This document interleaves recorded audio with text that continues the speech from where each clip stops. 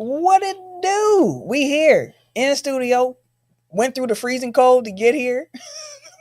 We got some stuff to talk about, so let's hit that theme music and get right on into it. Hit him hard, let's go. Red T-E-C-K, running back like where's my replay? Got it all in the mix, no DJs. Said it's hard in the game like he damn miscellaneous. Spitting real talk for the entertainment. Other podcasts stand the game up when they get smacked back down like a WrestleMania. Cut them little bit cause they know sweaty at a home city. You know, get it block even on the low setting. And you know what you say, so we never gotta get tight than everybody else. Then she get ready. Ain't nobody else doing this like I. Better keep them cameras and microphones hot, cause this one's a vibe. Gotta run this switch with my tribe. Going live with the pie. Do it like there's no tomorrow. Came to my ear later. Shout out to my point guard. We about to hit them hard. Got them throwing in the tap. Tell the red blow the whistle. This is technical file. Welcome to episode 424 of Technical File, the sports podcast you never knew you needed. And it's your boy, TIMKINZ, the number 3, a.k.a. Ass Ketchum, a.k.a. Mr. Give It To Me. Boy, I'm blind as shit over here. What I see on my phone, I can't see in real life. Lord Jesus.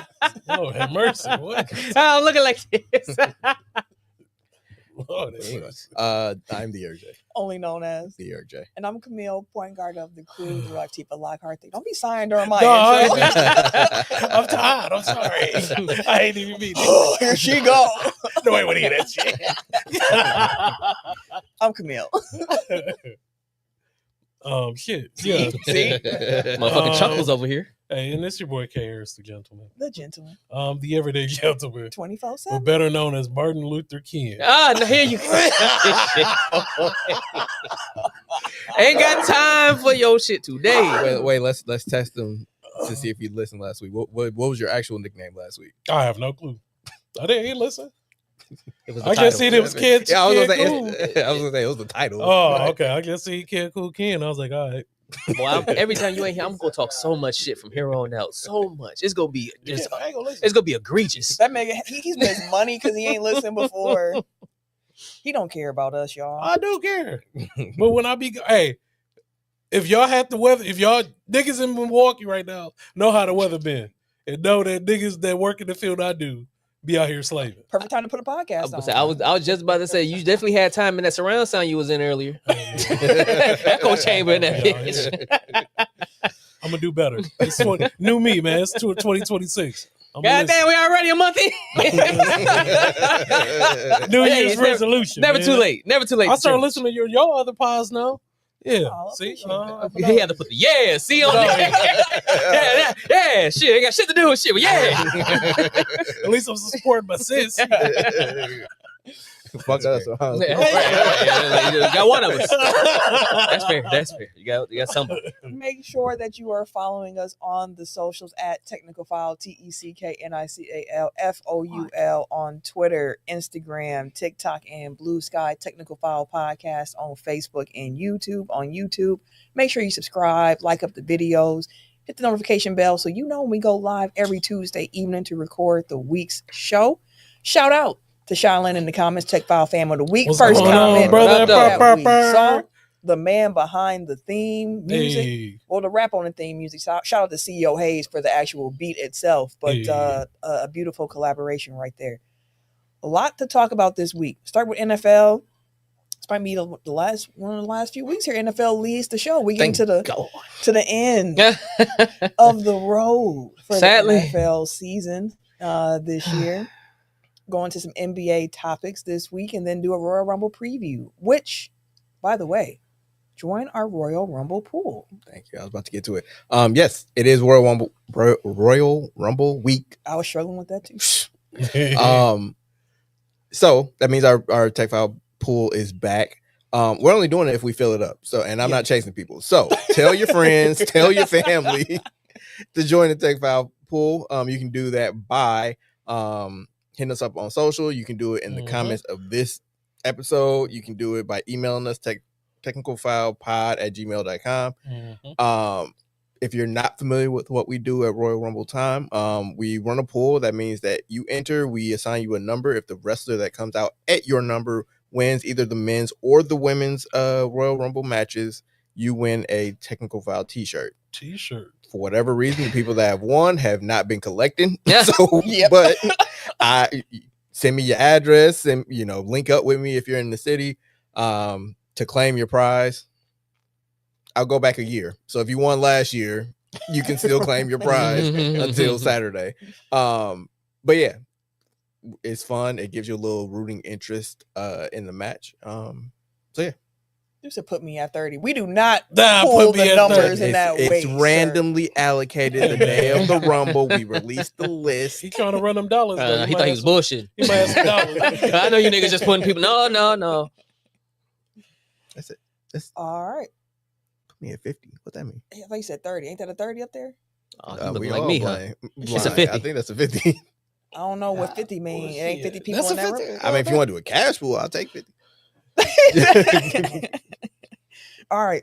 So let's get into it. No game that needs a name this week. We just gonna ride right into these topics. Mm-hmm. Starting with NFL.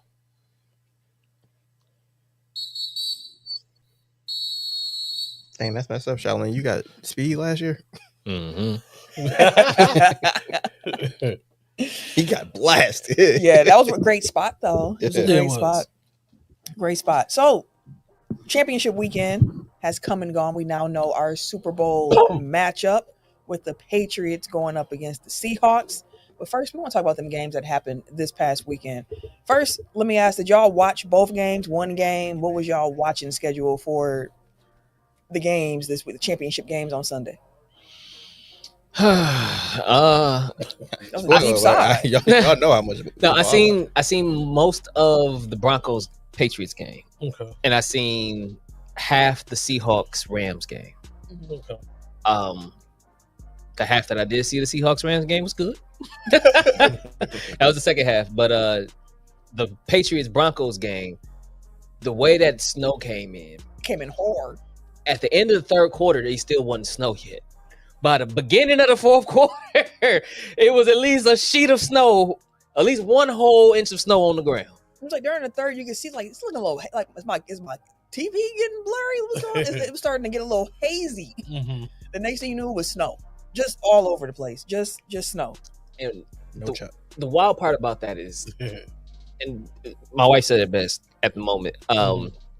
She's like, this goes to show you can't be bullshitting coming out the gate, because she was like, you never know. You think you got all game, and all of a sudden, look at you. Now you running around in the snow, can't even hold the ball. Look at these niggas, they falling all over the place. Like, you ain't wrong. When you're right, you're right. And she was like, but yeah, like, that is a testament, and I know that's not necessarily the case, but some teams do. Packers, motherfuckers. Shit, I mean, to be fair, the Bears too, because niggas don't play to the fourth. Like, come out swing, because had that happened in one of those games with either team, like, it would have been the same issue where the footing was bad, the conditions changed. Like, you really have to be on your shit. So congrats to the Patriots. Like, they, even before that, and yes, Denver had a backup quarterback, it still was one of those defensive ass games because the Patriots really couldn't do shit either. I don't, and this not to take maybe to take a little bit away from the Patriots. I didn't realize like how not gonna say easy. What's another word for easy?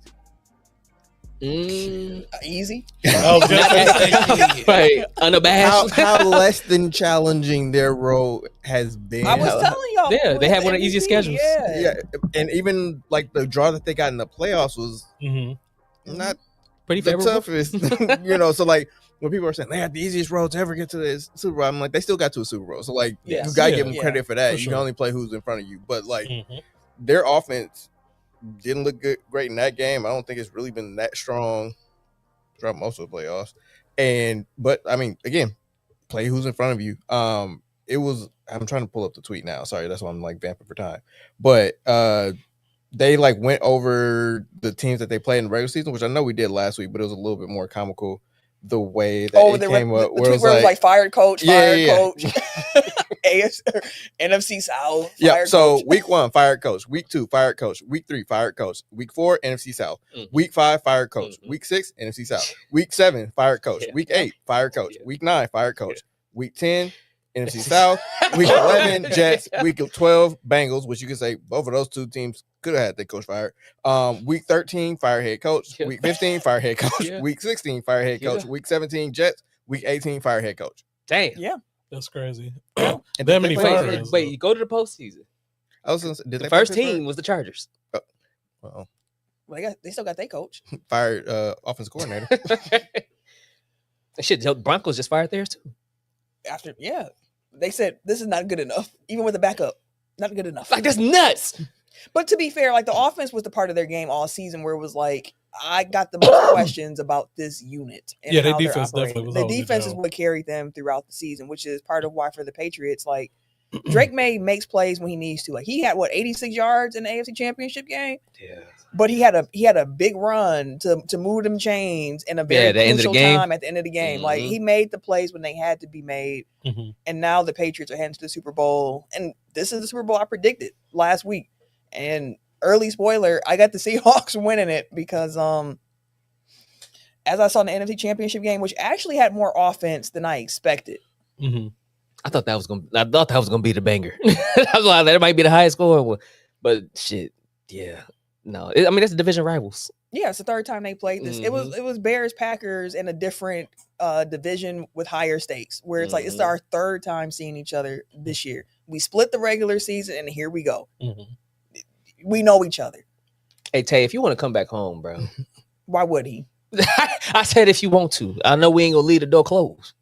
I hope not. You know what? Them niggas don't even want to offer JJ Watt $5 million. Let me Why take that would he back. come out? The Packers don't want him. No, when at the time that before he signed with Arizona. No, I know. Yeah. I'm not talking about JJ. I'm talking about Devontae. The Packers don't want Devontae Adams at this stage, given their wide receiver room and what they have planned with Matthew Golden and Savion Williams coming up with Christian Watson and Jaden Reed and they whole crew, Tucker Kraft coming back.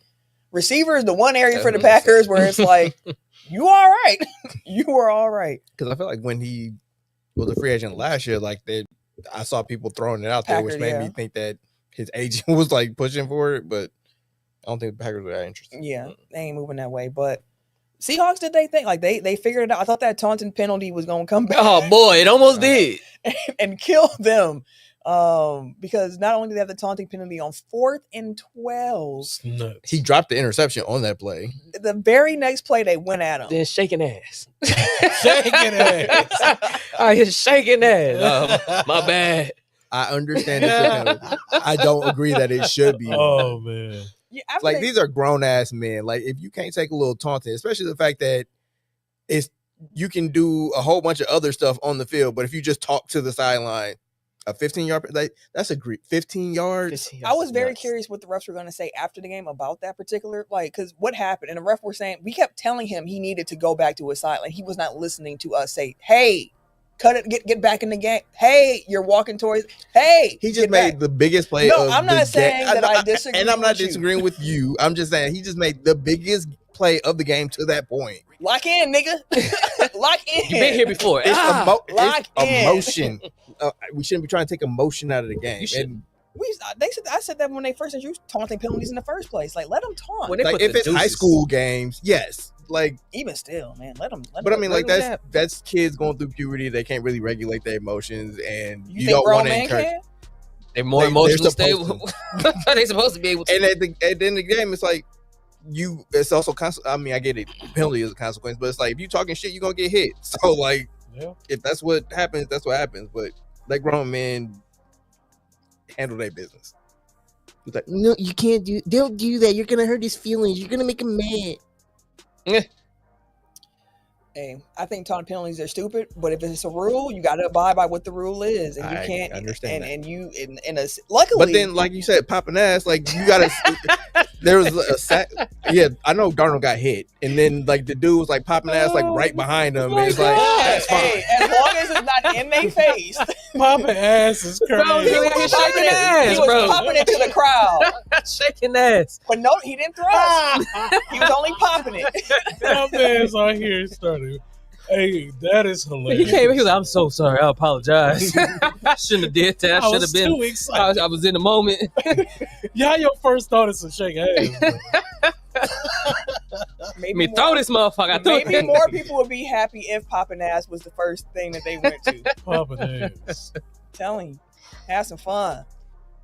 I'm saying I'm more likely. Popping ass. I'm more likely to fight if you standing over me popping ass as opposed to just talking shit. Standing over me popping ass. I'm like, what the fuck wrong with this? I mean, then to immediately give up a touchdown, no, it's just that's the whole like thing. Where it's immediately. Damn. But luckily, they won the game. Got something for that ass. I got some for that popping ass. Pop these, nigga. Pop these. They could have put that man on a t-shirt. Popping ass. They would have been if they didn't lost that game. Lost the game. They definitely, but they won. So he tweeted about after the game where he he had a was funny like, tweet after. Like, we good now? "My fault, y'all. I won't do it again. I promise." I just got caught up in the moment. Which I like, to Eric's point. I get it. I got mad when Giannis got a tech a few years ago after a dunk and he just screamed and they was like, "Tech, taunting." It's like, he just dunked on everybody. Let him show emotion.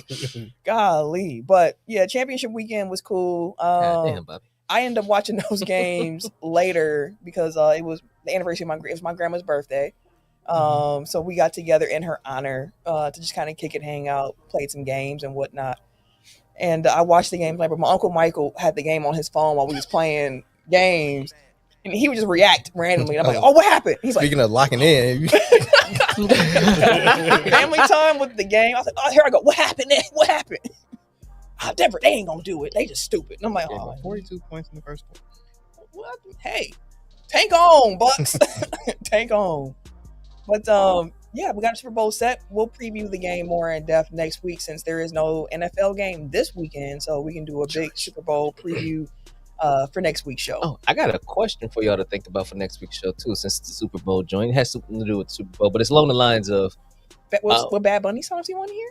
no, Hey. I only know like 2, but I know I'm gonna be vibing. I know that's right. no. It's a conversation about the ring. You know, ring talking NBA is like, oh, if he ain't got a ring, it changes that. My question, in essence, is aside from quarterback, who on the team does getting the ring, quote unquote, elevate? Or if that even is a thing for any other position outside of quarterback. It's just something to think about. I thought it would be an interesting conversation.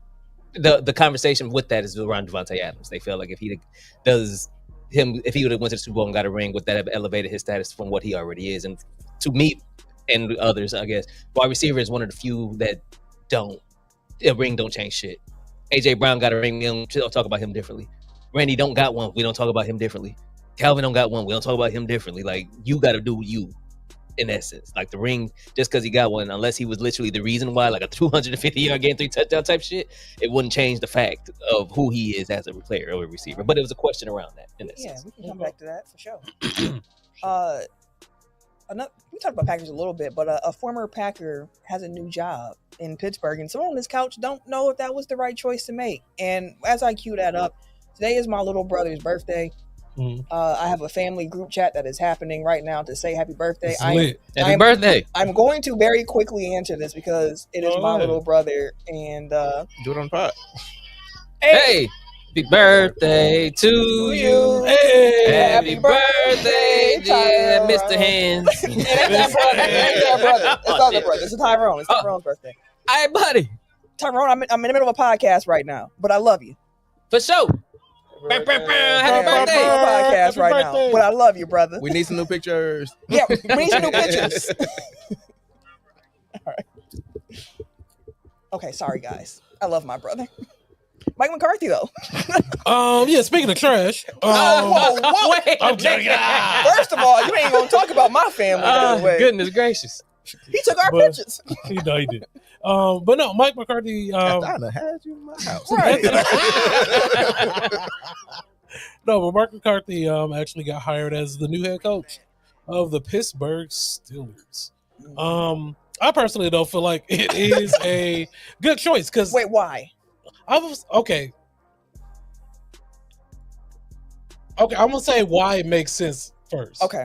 So it makes sense because he's a Pittsburgh guy. Mhm. He grew up in the area. Mhm. He grew up a Pittsburgh fan. Mhm. You know, a homegrown guy. Like, it makes Yes. sense. Shit, I'm It's homegrown. a nice story. I'm homegrown. You're not a coach. I want to coach the Packers. I'm like, what? What? What is that called? The illogical fallacy or something like where? No, I'll say I'm a homegrown.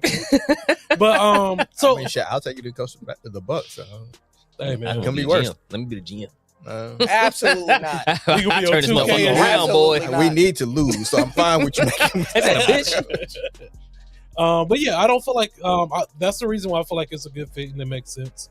I don't know if he has the track record that proves that he can live up to the prestige that that organization has.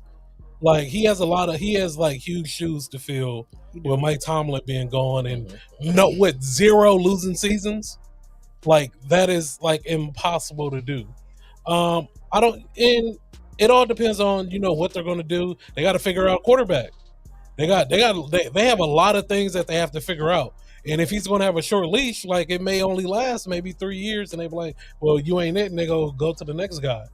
So, yeah, I think.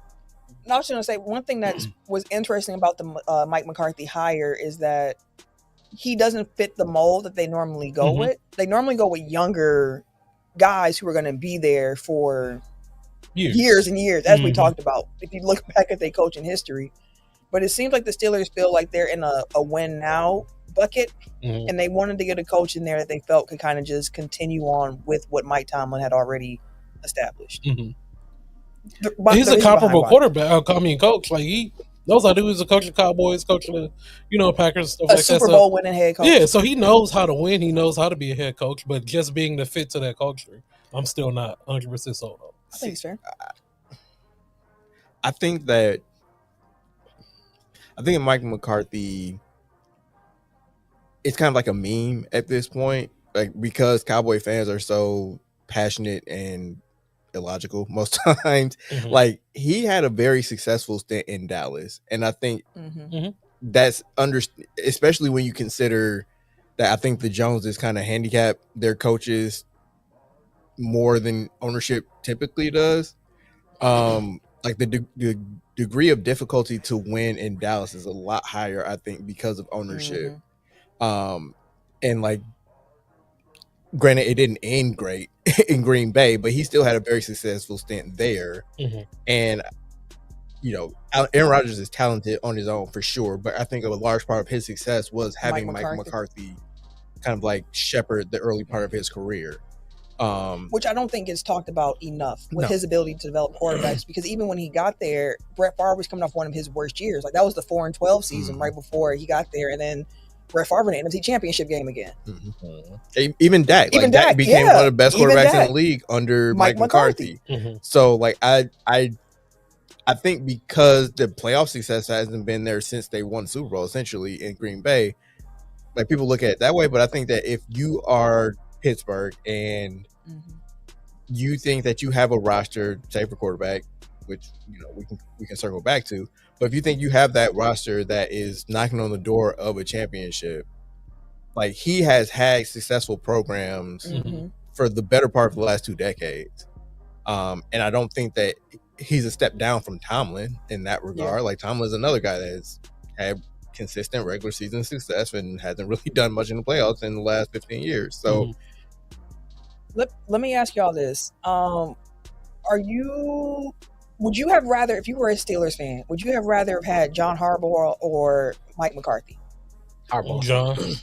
Y'all realize they're like same, right? I was gonna say half dozen. Like I don't think 61 hand, half dozen the others. Harbaugh is 63, Mike McCarthy is 62. Harbaugh has been a head coach for 18 years. McCarthy's been a head coach for 18 years. Harbaugh's regular season record is 180 and 113, a winning percentage of 64 or 61.4.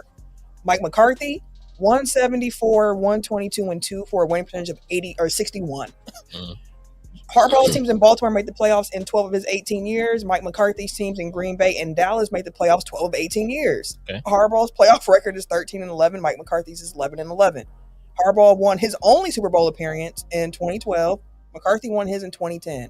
They're almost same. But the perception of the two are so wildly different, and I think it hits on what Eric was mentioning with that Cowboy stint, and 2, how he exited Green Bay. Like the exit in Green Bay and then what happened while he's with Dallas, I think colors the perception. But let's not act like Mike McCarthy is a bad coach. Yeah, no, not at all. I would say McCarthy's issue, which became the issue with Green Bay and eventually became the issue with Dallas, was that his offense was predictable. They were becoming more stagnant. They weren't necessarily creative. They weren't necessarily revolutionized. Like they weren't changing. Like his offenses were pretty He was kind of stubborn in his way. I'll give you that. Yeah. So a lot of it was like, okay, what changes are we gonna make next, Mike? Like, what are we like? Him adapting was also his other issue that we've had. So that was like, a big one in Green Bay. So it wasn't like I think he was a bit better with it in Dallas. True, and you're supposed to learn from some of your mistakes, but Dallas is still Dallas too. So I'm not gonna give him that. It's one of those like I don't. Hey. I've seen. I've experienced McCarthy personally. Hey. I was trying to say pause and I said personally. Lord have That's just kind of crazy. Lord have mercy. Hey, you made it worse. But not necessarily personally. Like as a fan, I have. Lord And have it's one of those like with Harbaugh, and it could honestly be looking from the other side of the fence kind of thing. But over there, it's like okay, he moved around, and I guess some people could say continuity, longevity with Harbaugh over in Baltimore because it was 18 straight. Over there, McCarthy, you moved around a little bit. You've kind of been in conversations with different teams. You was here, but you had to take a couple years off and then come back, kind of thing. Like, where we consistently seen Harbaugh going through these things. So for me, like you said, rose-colored glasses, sure. But for me, it's more so like I do take into account him leaving Green Bay. I do take into account the time off that he needed. I do take into account how he left or how Dallas was looking after a certain amount of time too. Like, wasn't Dallas made the playoffs? Yeah. Even like the last year he was there, right? And the offense ain't the problem with Mike McCarthy. I mean, he can get stubborn in his ways for sure and predictable in areas, but like offense is where you don't. Defense is normally the question more so with Mike McCarthy led teams. And I don't know about this year, but like historically, the defensive infrastructure has been there in Pittsburgh. So it could work for him. If this is a guy who's just going to coach out this contract and they just wanted a bridge coach, I think that's what Shailene said. He's a bridge coach. He's not a long-term answer in Pittsburgh, which is so un-Pittsburgh-like of how they normally go about it. But if they feel like they're in a position. And also, I think that you can only assess like who's on the market now. So like maybe they went through like young guys that maybe could be long term, and it's like he's not ready yet, and like you don't want to turn over a franchise to a guy that may have potential to be a great coach down the line but isn't ready yet. So as opposed to just making the wrong hire at the wrong time, go with a known quantity, kind of stretch out these next 3 to 4 years and then reassess after that time. Like I get it that hasn't historically been the case in Pittsburgh, but like just because something has worked for a long time doesn't mean that it's going to work again every time you try to do it. Like Packers with quarterbacks, it's like we lucked into 3 straight great ones. I'm not going to take for granted that we always have a great quarterback, so we always will. Yeah. But hey, Ken ain't the only one. Pittsburgh was not happy with the hire, but I do think after his presser today, some of the feelings were kind of like, dang, like he really do love Pittsburgh, this team and this city, and he is going to give also it like all. Think of it.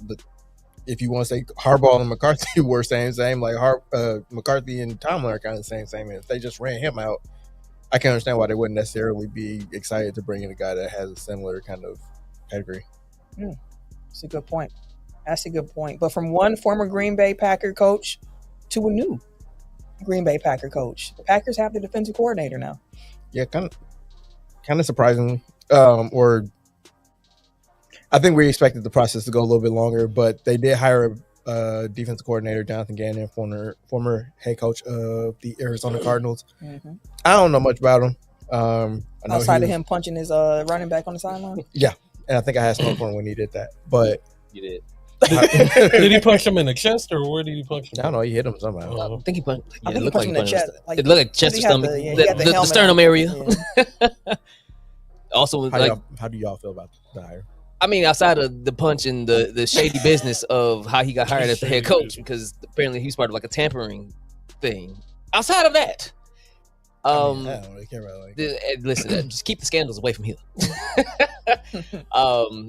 His defenses, he's always been a defensive guy, and I've seen the one job he had as defensive coordinator. He was with Philly for a couple seasons. And his defense led them to the Super Bowl. Yes, he had one of the highest sack rates. Yes, they had higher interceptions too. But it's one of those like he was pass game coordinator. Then defensive. He's a defensive guy. Right. He's always been defensive. Yep. And then all of a sudden, coordinator, head coach. Yep. So it's like the jump was kind of quick to me to where he didn't get a chance to really establish the defensive coordinator. You know, like Hafley's here right now. Hafley used to be helping with San Francisco. He won the head coordinator. He got to Green Bay. He's been a coordinator for 2 years. Now he's a head coach. It's kind of the same He was also concept a head there. coach in college. He was a head coach in Boston. Gannon was around. I don't think he was a head coach though, but he's been around the league forever, kind of thing. So it's one of those like those guys kind of typically eventually get there too. So for me, it's like, okay, you had enough time to kind of let's see what else you have somewhere else. And we've only had the small sample size with a Super Bowl caliber defense. I'm curious. I'm curious as to what happened because the Arizona Cardinals defense, to his credit, was always one of the better sides of the Cardinals team too. Yeah, even though they didn't have much. No, they didn't have a lot of talent on. Like they had some guys, but not like consistent talent. Buda Baker was a big part of that motherfucking Cardinals team was crazy.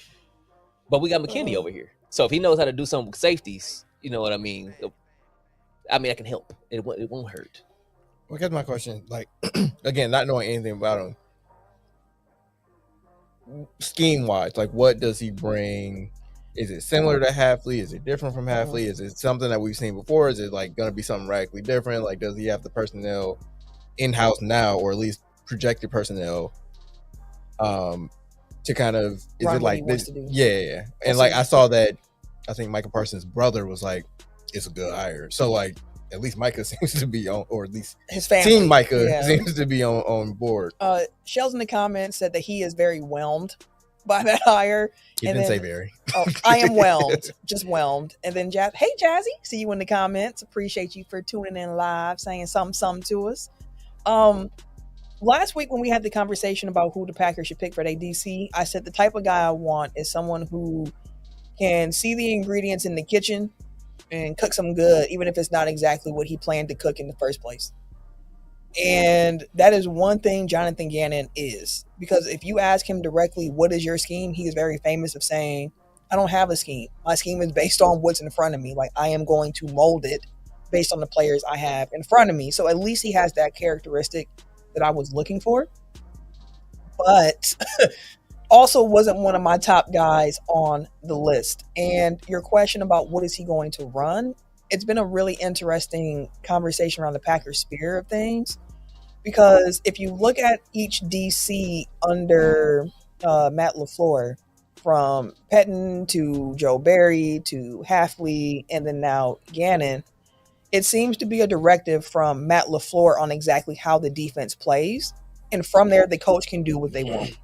It seems as if Matt LaFleur wants it to be a bend but don't break defense. Do not give up explosives. Anything else, color inside those lines. But as long as you achieve that, I do it. Because even Hafley didn't necessarily play the way we thought he was going to play, because based on his profile. Patine, he was a lot more aggressive before Matt LaFleur got here, and then he kind of dialed it back. I don't know what to say about Joe Barry. That is what it is. But I think Gannon's going to fall into that line. But another benefit of the hire is that he does have head coaching experience, which was nice from Hafley, because Matt LaFleur can be like, hey, that's your unit. Run it. Mm-hmm. Like, run it. I got offense and trying to oversee some stuff, but run your unit. Do you know why? That's his directive? Yeah.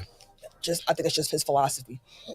Like, does it help the offense in some way? Because, like, I'm just trying to think, like, rationally speaking, like, if you're going to bring in somebody to run the defense, and it's like, that's like your one kind of non-negotiable, like, there has to be some benefit to it, but I guess I don't see why.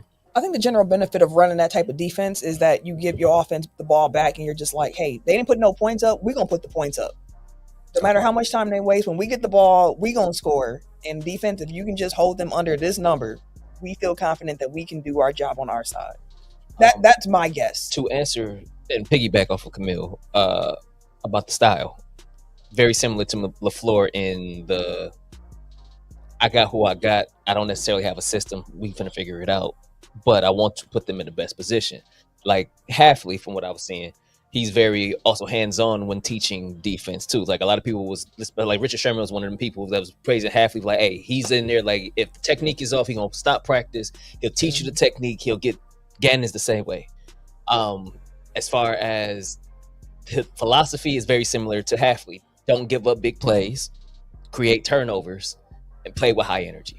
So they're both very similar in that aspect. And like, again, to Camille's point, is one of those like high energy, We're gonna adapt to. We're gonna be high adaptability for your defense. Play with a certain type of pace. Don't give up big plays and create turnovers. So we'll probably have a very similar setup to kind of halfway too. But don't give up big plays and force turnovers kind of like diametrically opposed a little bit? Like, I'm not saying you can't have That's how them. we played it early in the season. Think about the Packers, how we was on defense. We gave up a lot of short yardage, kept them in front of us, and then caused turnovers because you're going to have to dink and dime us all the way up the field. We're expecting you to make a mistake. That's the whole idea of the forcing offenses to dink and it's like I guess like maybe I'm thinking like bend but don't break is very like conservative. It's just kind of like keep everything in front. It is like, very, but it's like aggressive. It's kind of like we're gonna be hunting turnovers. We really want to like we're taking big risks to make big plays. Then that's the Bears defense. I'll put it this way: bend but don't break. The concept of it is we don't think that how you get tackled and nothing is called. The motherfucker still running, they didn't get the ball back. The concept of it is like we don't trust that you're gonna have the patience all game to make the smart play. And when you make the mistake, we're gonna take the ball from you. And that's how we're gonna play it. Because you're gonna be down at some point trying to 5-7 to 3-5 us all game. And next thing you know, it's 17-0. You're gonna have to take these shots. And we're here for your turnovers. Yeah. That's how it's supposed to work. That's how the Packers played early. We've seen it a lot. They got pressure on the quarterback because he's very pressure heavy. Let's keep the plays in front of us. Let's get these turnovers. And then we out. High energy, constant pace. We adaptability. Okay, we got a bunch of linebackers. Cool, we're finna blitz the shit out of y'all then. Oh, we got a bunch of big ass linemen. Okay, we put 4 down and we'll have 2 linebackers. And we'll just go try to go for just send 4. If we got I guess like for me it's like maybe I'm just misremembering the beginning of the year, but I don't remember even like a high turnover kind of. That's because they weren't catching them. Yeah, they dropped so many. Damn, I was like famous Jameis. I remember there being a lot of pressure, especially like with Michael's explosive plays. But like I didn't remember like a lot of takeovers. I just remember them kind of their defense was very dominant, but and they wasn't throwing to McKinney, and McKinney had a couple drops this year. Yeah. Boy, they done got John riled up in the group chat, boy. Charlotte said, I'm starting to feel like micromanaging is an NFL coach's worst nightmare. I think that's Matt LaFleur's for sure. He don't want to do it. He wants to be able to trust his unit to whoever is running it and then let that be. What up, Marcus? We see you in the comments as well. There was some like old ex-NFL player that was saying like LaFleur, like basically like his crew. So LaFleur, Shanahan, McVay, he's like, I don't like those types of coaches. I think he was a defensive guy, but he was like, because I don't want somebody that's so focused on like the offense that they're not paying attention to the game as it's going on. He's like, I don't want to see my head coach with his head in the iPad as play is going on. That's fair. Because like you're not locked in and you're showing me that you don't care about like these other facets of the game because you're so focused on the offense. I think that's fair, but ultimately we ain't gonna know how Gannon shake out till we actually see what he do. And this is a Packers defense that has some holes and like they got some great pieces. You got Micah Parsons, you got Cooper, you got McKinney, you got Bullard, you got Williams. They got some. You got Wyatt when he comes back and he's healthy. You got some pieces. Like trenches. Corners. Yeah. All I want you to focus on this whole need. offensive line, defensive line, cornerbacks. That's what you for need. years and I know Walker's one of them. Walker's one of them. Was he? Walker. First round pick. Rashid? Yeah. No, Morgan was though, right? Morgan was. What I was getting at was I know for years we as Packer fans moaned and groaned about us picking linemen with our picks and shit, but we might have to go back to that philosophy for a couple seasons just to get them trenches back to where they need to be because this shit's been atrocious, at least the last 2. I think it was injuries last year, but yeah, more than anything, this year. Yeah. Well, all right. That's that. We're gonna see how it shake out for Gannon here, but Pro Bowl news came out recently, and there was a surprise. 2 of them, if we want to be honest. So, the one that I'm talking about, Shedeur Sanders. One, congratulations on making the Pro Bowl 2026. But I can't help but think that there's something behind this Pro Bowl nod, not from hate, but just pure suspicion. In what way? Because although Shedeur and Dylan Gabriel had their thing throughout the season, Gabriel played more games and stuff like that, a little bit higher quarterback percentage, completion percentage, things like that. Shedeur's numbers compared to the other guys that could have possibly made the Pro Bowl is a completely different comparison and story. At least Dylan and Shedeur is in the same fruit basket. Everybody else might be in the refrigerator or some shit like that because The he analogy? had a better season than Trevor Lawrence. He who? Shedeur. You're asking. Or you're that's what telling? I'm Asking. I'm saying. asking. No. Well, I think, let me finish it. Finish it before Trevor you guys Lawrence, discuss questions. Lamar Jackson, Joe Flacco or Burrow, CJ Stroud, and Aaron Rodgers. Now, the reasonable thing would be to say some of them are dealing with injuries. They just got out the playoffs, so they said no. That's what I'm considering. But that's like 6 to 7 motherfuckers. But that's why the Pro Bowl no one takes it seriously no more. Like, I think that all them other guys probably did say no. Like, I don't want to go and do this. I'm still salty I lost. Well, remember, like a couple years ago, Snoop Hundley was in the was Yeah. a Pro Bowler Because off of like people- Last games minute. because they couldn't find anybody else to go. Yeah, I think that's ultimately what Probably happened did. with and Keyshawn Nixon on the other side of the ball. The fact where that motherfucker. What? I think people just said no, and then you keep going down your list of who you gonna call, and then eventually you get to. It should have been no damn DB in Green Bay. Again, you got to fill the position at some point. Go to another team. There's other teams. I think the point is they did. That's the Right, point. that's the point. God damn. Like basically, I've been beating this drum probably as long as we've had this podcast, but I feel like we've moved past the need for a Pro Bowl.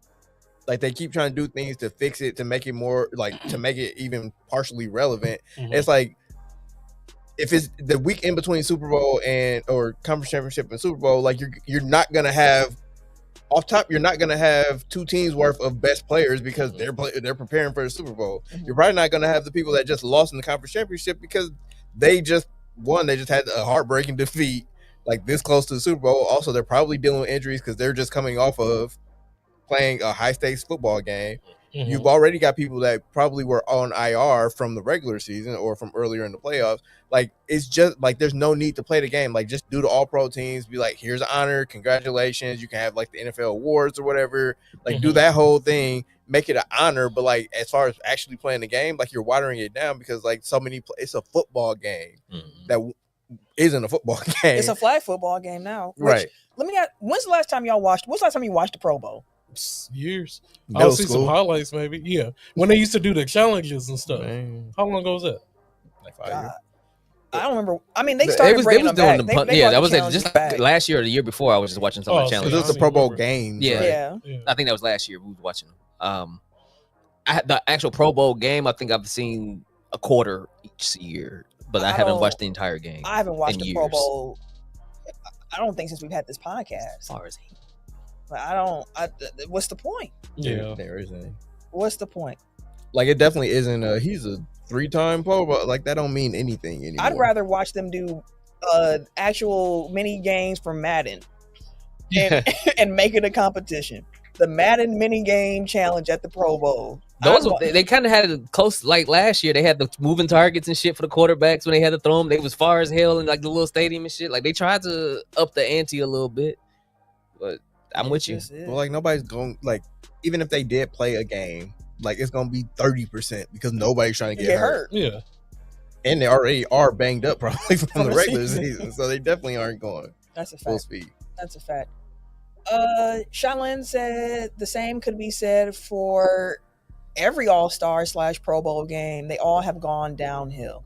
I would say baseball is still relatively competitive, but like That's that's because you get home field advantage if you win. Mhm. And for the World baseball Series. isn't as It's not physically taxing. Yeah, like, you ain't hitting except for like people. maybe your The pitchers, pitchers. but like even Yeah. then they have a million pitchers and everybody does like Yeah, you An come in inning or and two. in it. Yeah. yeah, and that's that. So I think the game of baseball it allows for a pro all-star setting a little bit better than basketball and football. We saw what hockey even said, you know what, forget it. We're gonna start doing international stuff and just let these dudes go at it. And apparently last year's games were They promo in this year's game. fantastic. I might even tune in because I just heard it was so cracking. And I only watch hockey in the playoffs. But Playoff hockey. Yeah, you may have the dog, watch it this. is so good. Playoff hockey is lit. It is so good. So I'm gonna check out they Pro Bowl All-Star, whatever they call it. In the They NHL. was doing a promo. I can't remember which. I think it was a Team Canada or Team USA. They was just like, "What's up with these guys?" And they just showed them just whooping ass. They were just throwing them and shit and doing the background smiling. They were like, "All right, let's go." At least they weren't popping it. I was like, "Oh, your promo is whooping ass." All right, bet. whooping or popping. Pop. Hey, You decide. you decide. How you want your ass? God damn. Lord have mercy. Can that be the title? How you want your your ass? Lord have mercy. How you want it?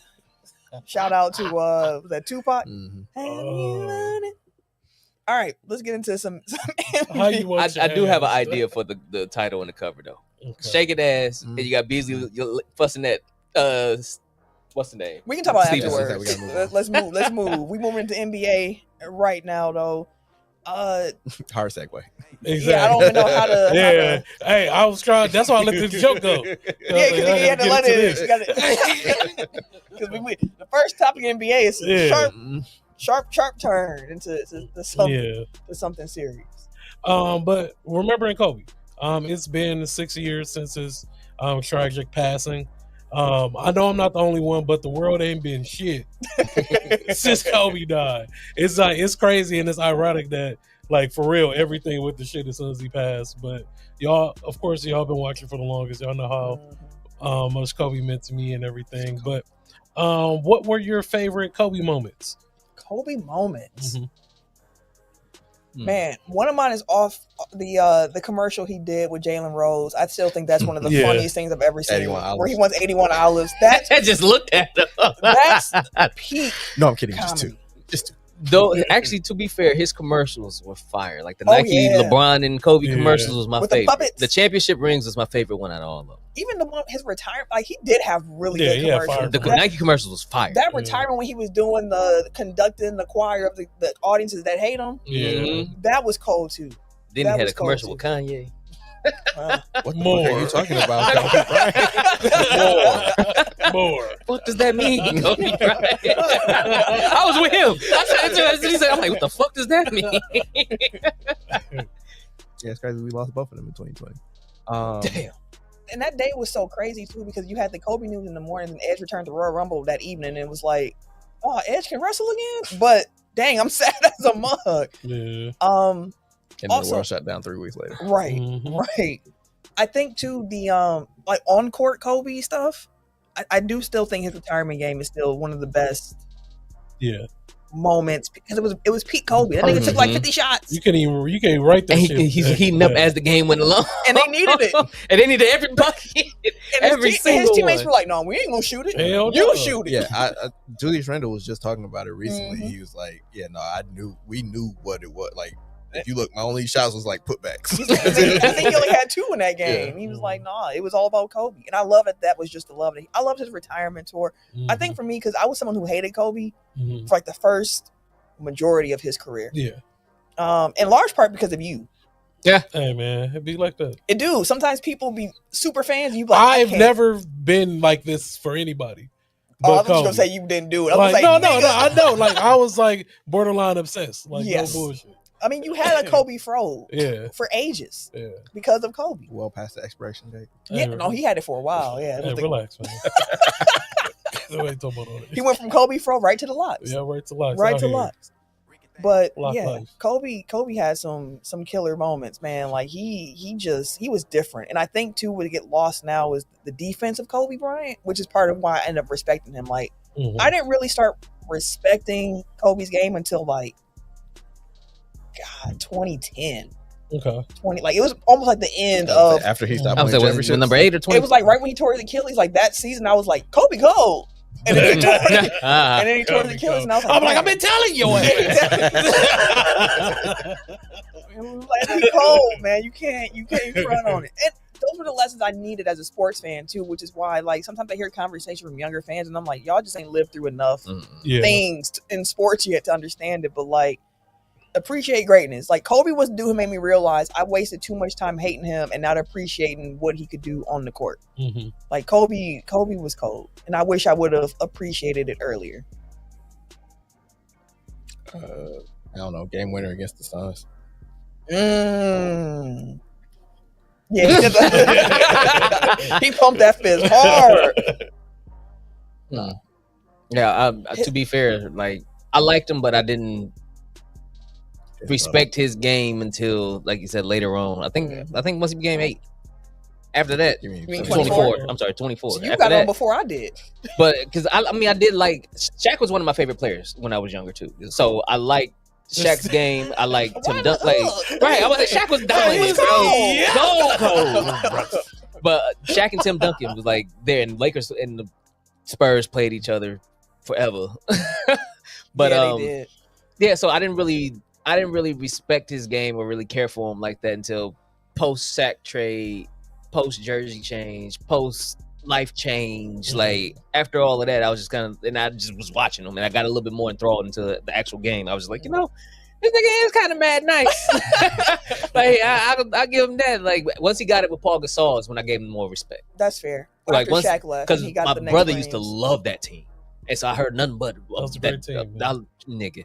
But it was a good team. It was. I mean, because underrated. I think throughout his career, and though he had his own issues, Lamar Odom. Like a lot of people, he was a Lamar point Odom's forward cold, prototype man. for real. Before all of the bullshit, like he was cooking. The situations, but beforehand, like I do feel like in a lot of players and a lot of people, some people who know ball will say, I like this type of forward. They remind me of Lamar Odom type, and you don't take it as a no, nigga. The game type, the game type. Anyway, God, that is a crazy movie. that Like I watched it as an smoke crack, adult. don't Like, Joe Clark movie. Oh man. Wow. I've been meaning that's on my list to go back and rewatch. I don't think Sam's seen that. I I gotta need watch to that go one. and rewatch. Some comments we had. Shell said the Kobe system commercials were gold. Jazz said I loved all the moments we saw him coaching, truly an art. I think post retirement Kobe to that point too was like becoming my favorite Kobe. Mhm. Like seeing him with his daughter in women's basketball too was kind of like, man, that's cold. Mhm. Shell's also added that Fro Kobe was his favorite. Hey, And then Shaolin said, I was working at Play It Again Sports. Play It Again Play It Again. Sports. oh, that thing. Dang, I forgot about Play It Again Sports. They still open. I mean, this happened in 2020. So he, Not that long. he said everyone was speechless.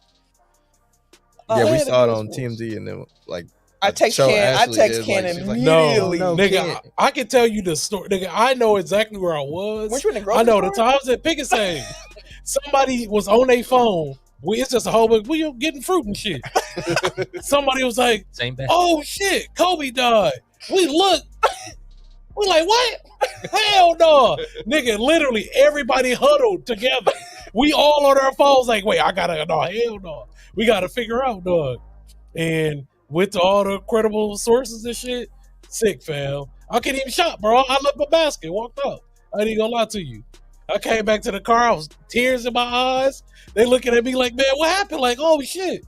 Yeah, I was sad, bro. People really was checking on me, Had to. like that's how I went. Like, Had that's to. what that nigga meant to me, and it's crazy. Had to. So yeah, it ain't been the same, man. It's still crazy. Like I be having moments like, damn, Kobe not here, fam. Mhm. Like that shit is crazy, though. It don't feel real sometimes. Yeah, like that's nuts. But yeah, shout out to Kobe, man. Shout out to him. my goat. And to everyone else who lost their lives in that Absolutely. tragic accident as well, because it was what, 9 people in total on that helicopter, the pilot and everyone else on the plane. So Mhm. The worst part is the little girls. yes, the children.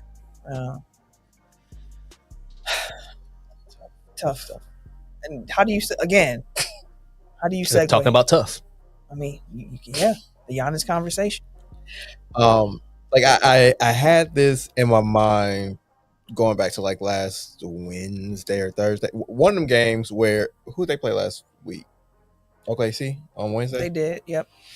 And just like it was like the 4th or 5th game in a row where Giannis just had weird post game comments, Mm-hmm.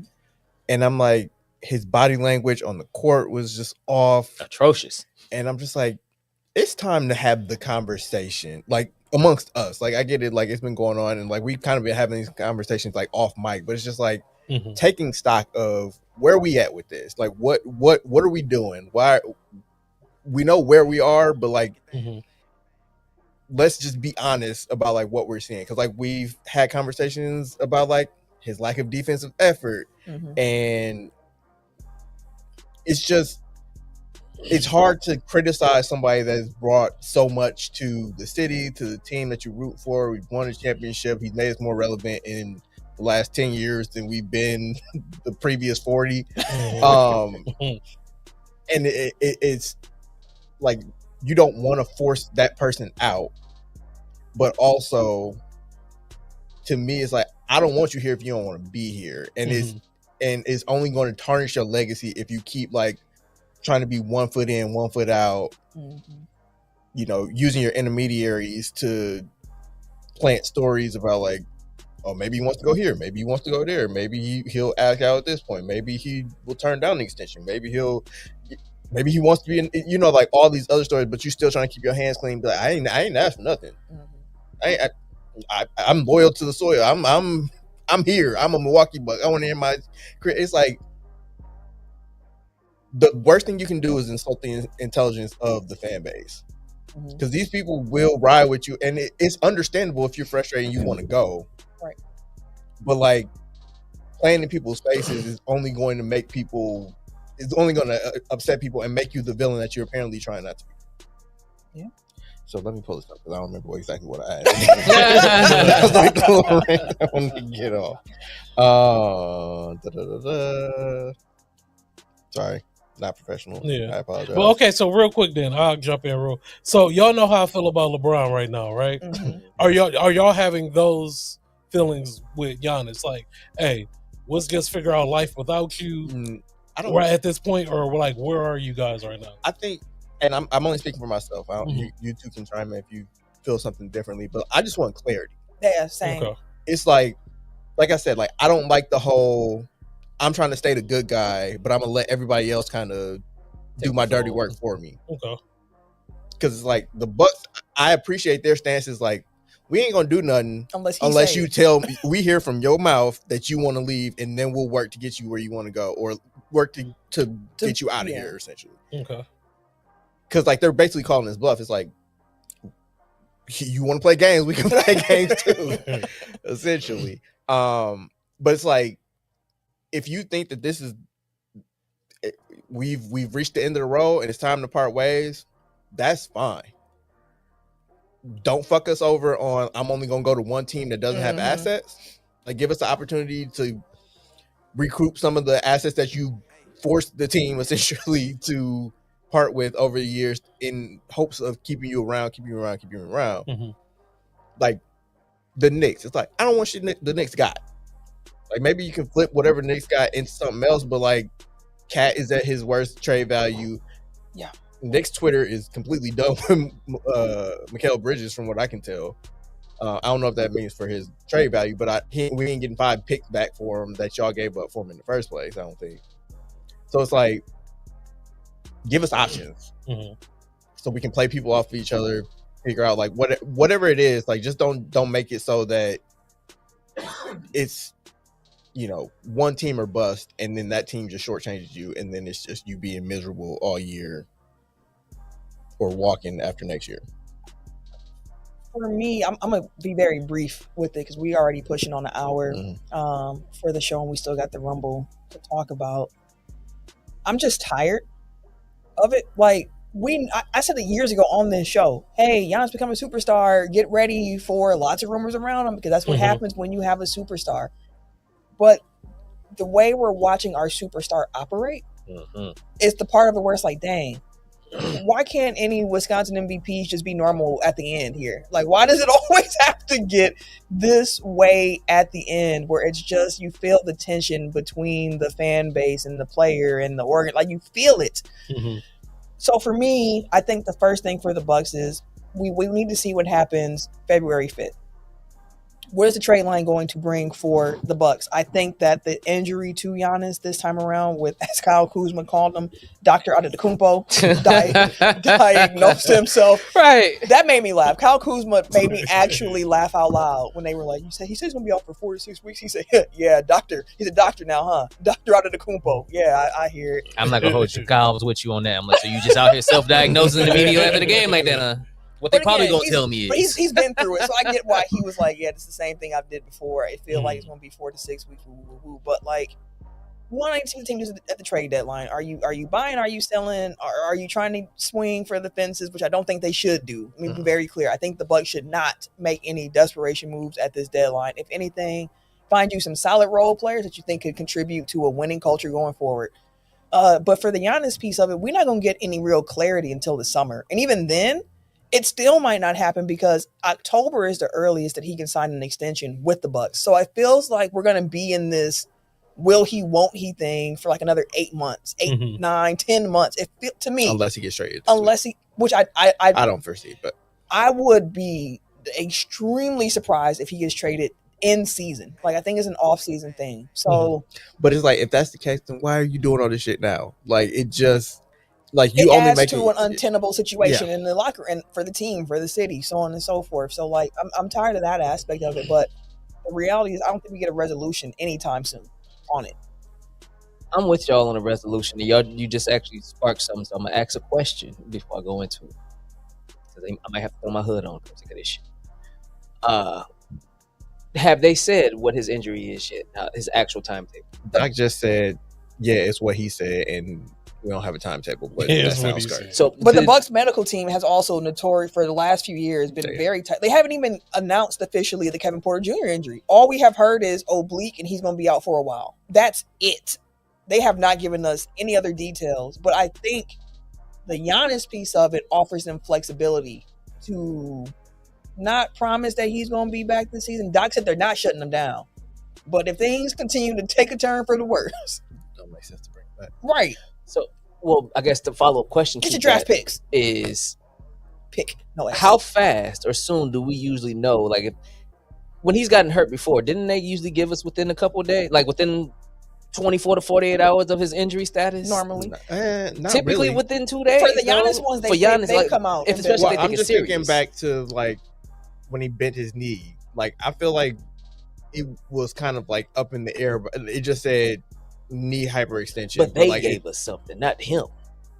Like Tim saying, we haven't heard shit from the team. We haven't got the official release that says. That's why that's why I asked. Soleus. I'm like, it's only just been Dr. Antetokounmpo, where it's like that to me is a red flag. When he walked to the back and then came back, he was literally about to turn down the tunnel and then walk back. I ain't never seen him get hurt and then come back like that. Like that. So in that sense, they go into the locker and then they walk back later. Or something like, but he was at the thing to turn around after he belabored. He was playing her, and then came all the way back. So to that, they asked him after the game. They said, if the Bucks record wasn't what it was, would you have come back in this game?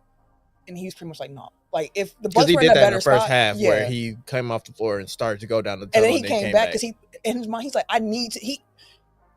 Giannis understands that this team only goes as far as he goes, which is part of why he was playing through that in the first place and then messed it up even more going forward, where if the Bucks were better, he would have took his time. So I'll say that. Sorry, before you go on. Doc, you can't play both sides. You can't be like, well, I saw him. He was laboring out there. I was like, man, you don't look good. You should probably come out. It's like you in charge of that. Yeah, like you are the one. And you've already said you argued with him. Was saying that, like, he was saying, like, my eyes was telling me he didn't look good, but they coaching themselves. Dude, no, Doc's been saying some wild shit, and people just—I won't say we've been letting him slide, but that motherfucker just been sliding. Again, I can't get over when we hired him. I don't know why y'all did this. The first thing out your motherfucking mouth is, I don't know why y'all did this, and today we're wondering why we did this. Still. Hilarious. So for you to say some shit like, I seen him, he didn't look all right, but shit, fuck, I'm gonna do about it. Huh? So, with that being said, clarity for sure. Needed. Not just for him, but for the fucking team as a whole. Who the fuck gonna be the next coach? It ain't Doc. When we gonna get a new coach? It shouldn't be Doc. We fired coaches for less.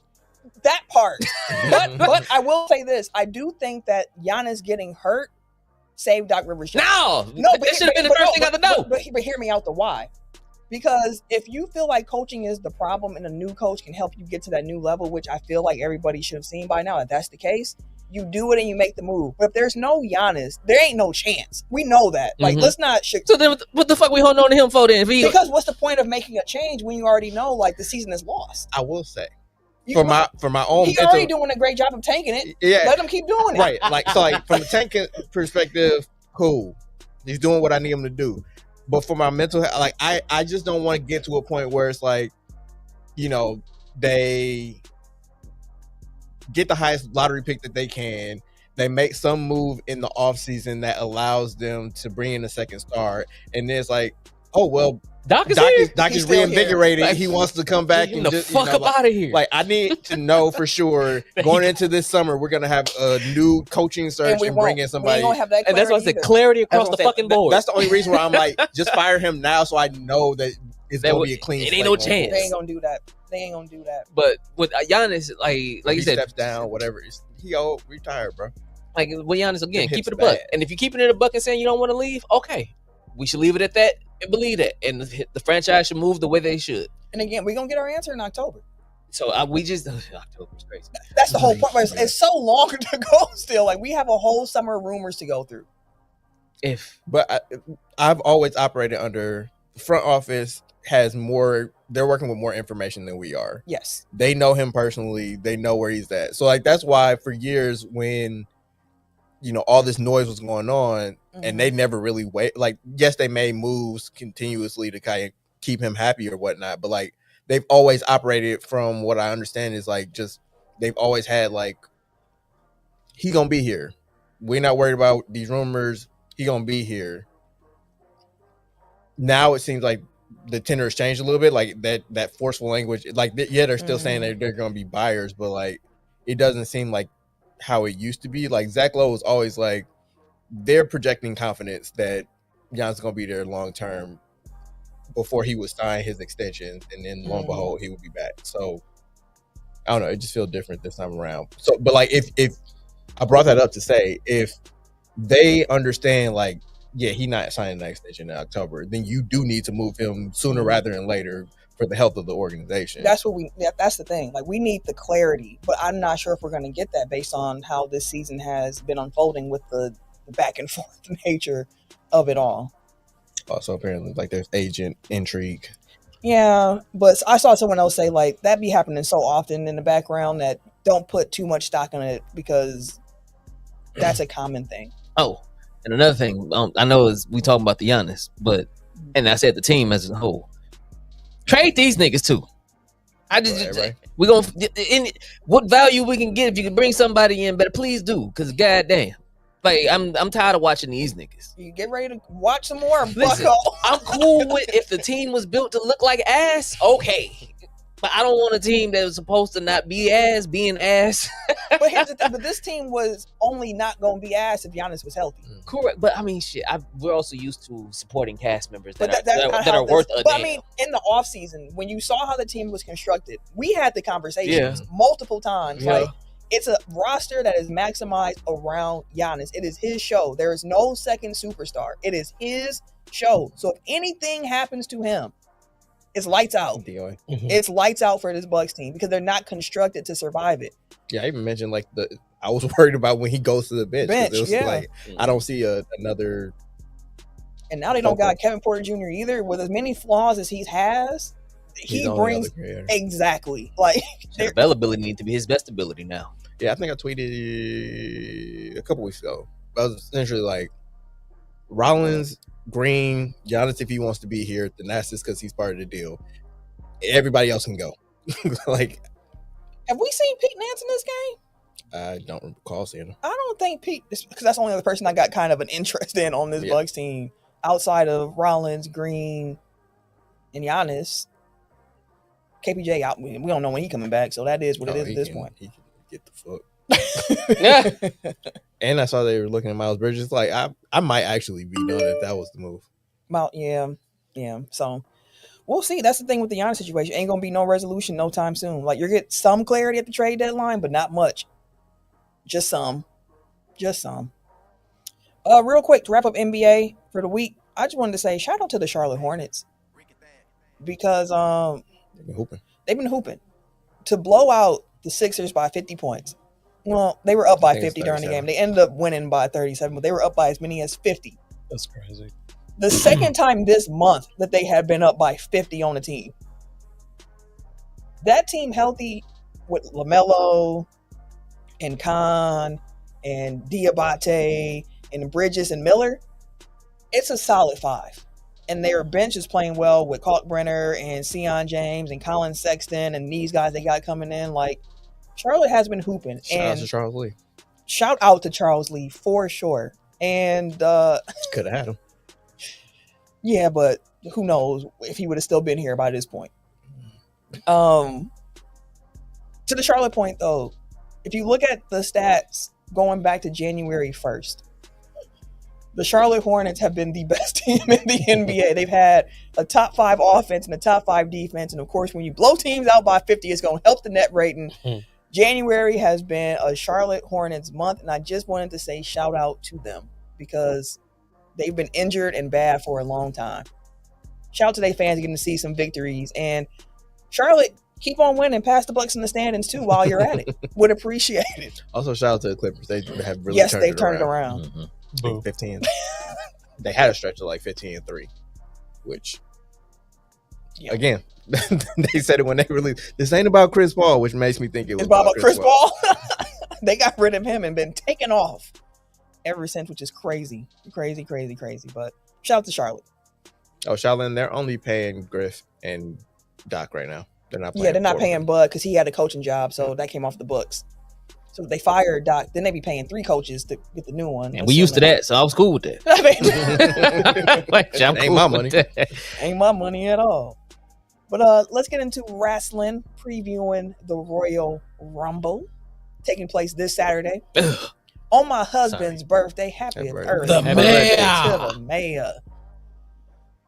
1 o'clock Central Time start for the Rumble, so everybody be aware. It's in the daytime. It is not an evening event for the Rumble this year. It is going to be on in the afternoon because they are in Saudi Arabia. Yeah, I'm not. I don't like that. This part is of the it, worst like, Saturday for this to have happened for me.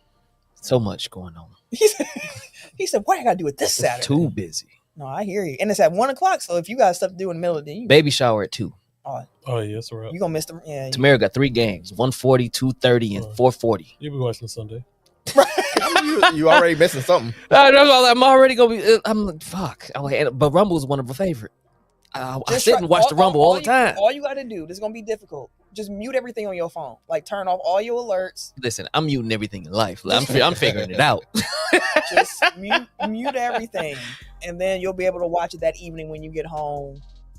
Hopefully, spoiler free. And we ain't got no kid on Saturday. Just hopefully you can get there spoiler free. That's the part I'm like. Hopefully you get there spoiler free. But which match are you looking most forward to seeing at the Rumble on the four match card? Men's Rumble. Rumble me please. The Rumbles. Yeah, both the Rumbles. Both Rumbles. The Rumble is the main event. That's the draw. It's called the Royal Rumble. That's what we come in here for. But I really want to see this Gunther AJ Styles match because I think it's going to be just good wrestling. It's going to be a snuff film. Lord have mercy. I think it's going to be a good story told in that match. So on the men's side of things, who do you want? Who would you like to see win the Rumble? And who would you want them to face? Mm-hmm. You said Malik. You do that all the time. And I don't really have a rooting interest, but I do like the situation that I laid out last week, which was Sammy loses in some like cheating fashion to Drew, and then comes out and wins the Rumble. Like I feel like that'll probably be the best moment because like I think that crowd would really react to it, and it really creates forward momentum building off of last week towards him finally getting the title at Mania. I've been wondering if they laying it on too thick with Sami Zayn. Like they've been really hyping up. He's never beat Drew McIntyre and all. Like I kind of feel Saudi. Yeah, and they go pay. They might be paying for it. That was my other thing. That's the point. So I was like, that money over there is large. Okay, so can I run this down? I told Sam I want to go say this on the show because it sounded a little too political based. No, it's fine. It's fine. Do you want? Because this ain't gonna be. We can't do it how we did back in the day when you went delete all that. No. Is your wife saving you right now? No, we fine. Okay. All right. No, because I told her I wouldn't. She didn't say, yeah, you shouldn't. Usually she'll say, no, yeah, you really shouldn't say that shit. Just get the bleep ready. Yeah, but no, I said no bleeps and lies. The reason why I felt like Sami Zayn would win this time around. Win the Rumble or win the match? The match. Okay. Because then I think I even put it in there at one point, like Sammy, my last bet. Every pay-per-view him and Chad Gable, I'm running for them. But it's been so much. Sammy's been getting up there but losing. He's been so close. These new cats coming up. The first thing that they're doing is disrespecting Sammy. So like you said, they've been landing on thick for him. So now he finally gets this win. Things like that. He's going to Saudi. One, he just got the win in Toronto. It's the big one. Montreal. Then he turned around. Oh, like maybe H will be okay with for the first time, or for one of the few times. We're gonna let you win somewhere. It's not necessarily your home, but it's a home crowd for him. Then the Saudis is actually paying money because I went to how next year WrestleMania is gonna be in Saudi, and they said that they were willing to pay The Rock the bag to be the highest paid individual performer for that, just to get him there. Saudi is paying money to get niggas in position that they want them to anyway. So being there, I think that they may have paid some money or want Sammy to win in their country with that belt because of his ties. What? That's just that's semi-hood. That makes sense. That's Ace Hood. Ace Hood is hilarious. I don't know who's gonna win the men's rumble. To be honest, I have no like the men's rumble feels really open this year. There's a lot of directions that feel like it can go in because with your champions being Drew and Punk, they might not even be. They could be transitional champions. I think Punk will. Drew's the one I'm not sure how long he's actually gonna have that belt. Like I'm trying to think of like who's had like the strongest year booking wise, where it's like. Okay, they need to be in a title match, and it's like Braun is like the only one that really stands that's out. why I say him. Yeah, but like I don't feel that's like what your pick is for the men's rumble. Braun or Femi. But I don't really feel like they're Oba off top. I got him down there too. I think with Braun, like I think they're setting him up for some other marquee matchup. Like I don't know if it's championship match. Yeah, I don't think it's a championship match. I think it's like either Rollins is going to be able to make a comeback in time, or just like a high profile match like Brock Lesnar or Gunther or so, like somebody of what's tough is like they're both heels. They're all heels. So like trying to find a babyface that he goes up against, but I don't think it's necessarily like I feel like when he gets a title, it's not either when he gets a title WrestleMania moment, it's not gonna be as a heel. Okay. I feel that. I got so initially I was with Camille. First I said I don't give a shit. And then I was like, I don't give a shit because I don't know. Like it's such a toss up this year with whoever it could be. I like maybe that's why I can care less. I was like, so then I was like, wait, okay. I didn't say I didn't care. I just said I don't know. Right. That's why I said I don't give a shit because I didn't know.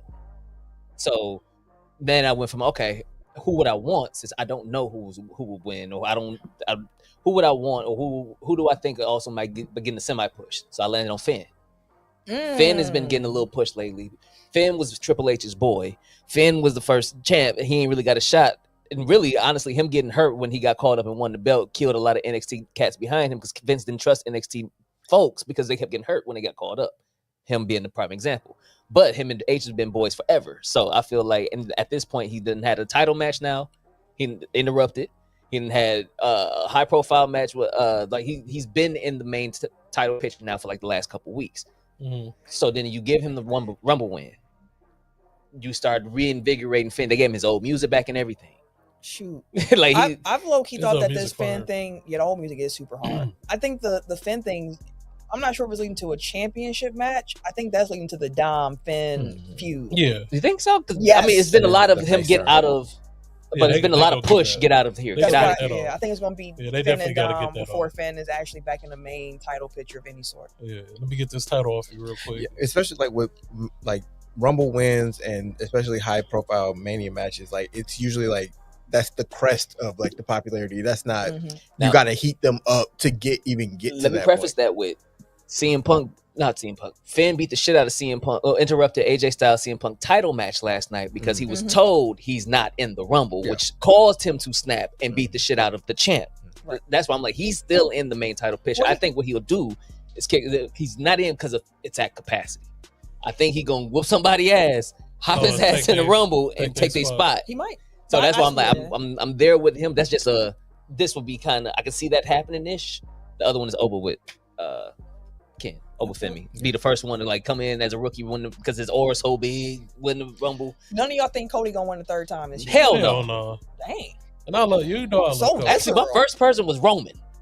Sam was like, "Fuck no." I was like, "He ain't did shit in years. He ain't had the belt in years." It don't make sense. Like, and he's a surefire because you don't have to win it. Because what you're doing is pinning your guy to your main event. This is who's gonna be on your poster. Yeah. I was like, so I can see them giving Roman again too. I don't know. He Roman though. But for the main event gonna be champion. You got so many different people that can do it. So here's the thing too. I think about the promo Chris that they put Jericho. together. I can't wait to see him come back. Chris It's going to be a Jericho. pop when I hear that He might music. be wrong. I want to know what music he coming back to though. It got to be the Yeah, it gotta WWE break the walls down, at least for the first time. As soon as you hear that, that's gonna be lit. But the poster that they've had, the commercials. It's him, Mhm. Brock, shit, Cody. I'm trying to think of like the people in these Punk. commercials. Yeah, They Gunther's gonna in be there. your main event picture yeah. of some 'Cause way, it's 2 some form. nights. Yeah. Yep.